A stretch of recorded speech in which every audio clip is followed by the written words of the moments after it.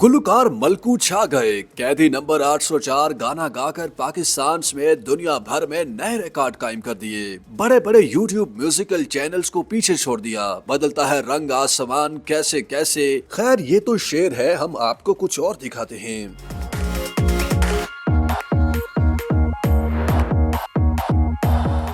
यूं तो पाकिस्तान के बड़े बड़े गुलकार हैं जिन्होंने दुनिया भर में अपनी आवाज का जादू जगाकर लोगों को अपना दीवाना बनाया, मगर आजकल पंजाबी गुलकार मलकू के सोशल मीडिया पर खूब चर्चे हैं। मलकू ने जहां कैदी नंबर 804 गाना गाकर पीटीआई के दिलों में जगह बनाई है, वहीं सोशल मीडिया और यूट्यूब पर व्यूज के लिहाज से नए रिकॉर्ड्स भी कायम कर दिए। मलकू ने गाना गाया जेल अडियाला कैदी 804 होवे ओही दगा देंदे जिन्हां नाल ढेर प्यार होवे।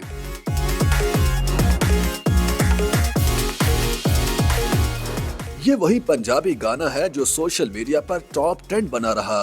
मलकू ने इससे पहले रुलते गए यहाँ पर चस बड़ी आई ये भी गाया जो उनकी शनाख्त बना, लेकिन कैदी नंबर 804 ने मलकू की शोहरत को नई बुलंदियों तक पहुँचा दिया है।